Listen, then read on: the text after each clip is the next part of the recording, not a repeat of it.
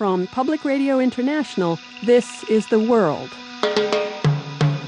a co-production of the BBC World Service, PRI, and WGBH Boston. It's Wednesday, June 23rd. I'm Jeb Sharp. A shakeup for the U.S. military mission in Afghanistan. Today I accepted General Stanley McChrystal's resignation as commander of the International Security Assistance Force in Afghanistan. General McChrystal's comments to a magazine reporter cost him his job. Now President Obama is giving the Afghan command to General David Petraeus. Also a dramatic win for the U.S. at the World Cup, plus a South Korean rockabilly band that definitely rocks. First, this news. BBC News with Jonathan Izard. The American commander of the multinational forces in Afghanistan, General Stanley McChrystal, has been sacked. Announcing the decision, President Obama said he had accepted what he termed his resignation with regret. General McChrystal is being replaced by General David Petraeus. From Washington, here's Paul Adams. 36 hours ago, General Stanley McChrystal was running America's war in Afghanistan. Now, after flying halfway around the world to explain himself to Barack Obama, he's out of a job. The president said General McChrystal's conduct had not met the standard expected of a commanding officer. He said this had been a very difficult decision, and he praised the general's long and distinguished service. This was not a clash over strategy. In the now infamous Rolling Stone profile, General McChrystal did not question the policy he himself helped to devise. But it was a matter of authority. In their dismissive remarks about members of the administration, Stanley McChrystal and his unnamed colleagues fatally compromised their relationship with the Commander-in-Chief. A spokesman for the Afghan President Hamid Karzai said the decision to remove General McChrystal from his post would be respected, but that Kabul had hoped for a different conclusion. Belarus has threatened to stop the flow of Russian gas through its pipelines to Europe in an escalating dispute over payments. It set a deadline for Russia's Gazprom to hand over what it says are unpaid transit fees. Sean Fanning has more.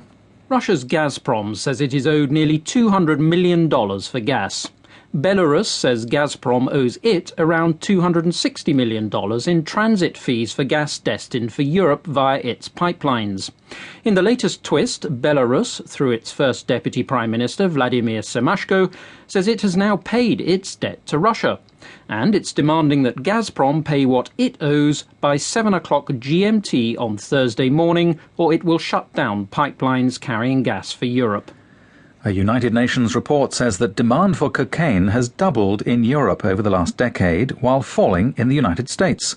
This has led to South American drug cartels establishing new trafficking routes through West Africa. Bethany Bell reports from Vienna. The UN World Drug Report says cultivation of both opium and coca has continued to decline. It said that opium production is expected to fall steeply in 2010 because of a blight that could wipe out a quarter of Afghanistan's poppy crop. It said cocaine consumption has fallen significantly in the United States over the past few years. But it said the problem has moved across the Atlantic to Europe, where the number of cocaine users has doubled over the last decade.